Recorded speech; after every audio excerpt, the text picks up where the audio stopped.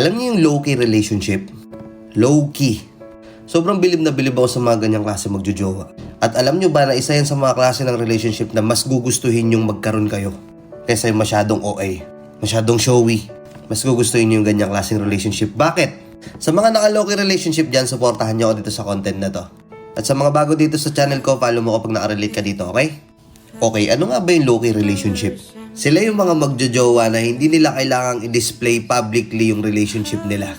Hindi nila kailangang ipaglandakan, hindi nila kailangang ipagduldulan sa inyo na magjowa sila.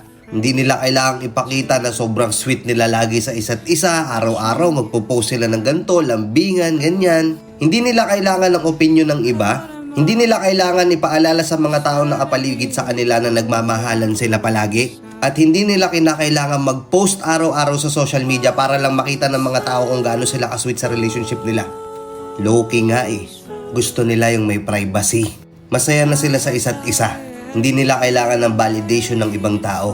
Hindi nila kailangan ng opinion ng ibang tao. Wala silang pakialam sa inyo kasi ayaw nilang pag-usapan nyo sila.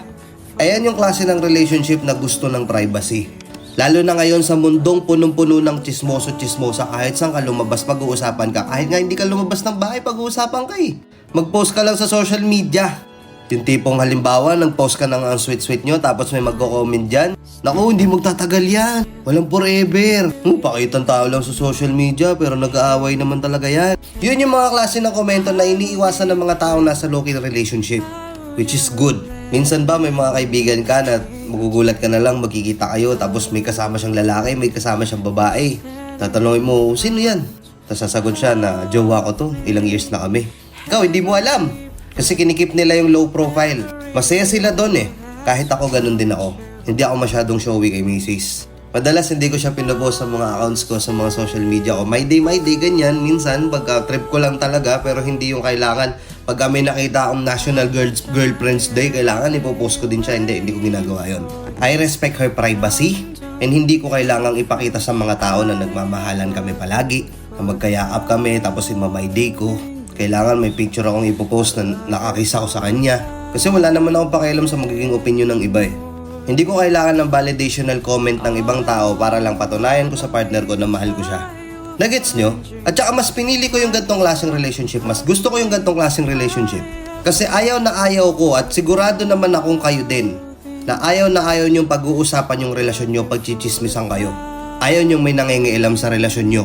Ayaw nyo na may masasabi sa inyo yung bad tao kahit di naman nila alam talaga yung tunay na storya. May masasabi sa inyo pag-uusapan kayo. Hanggang sa may mga kakalat na chismis dyan na hindi naman talaga totoo.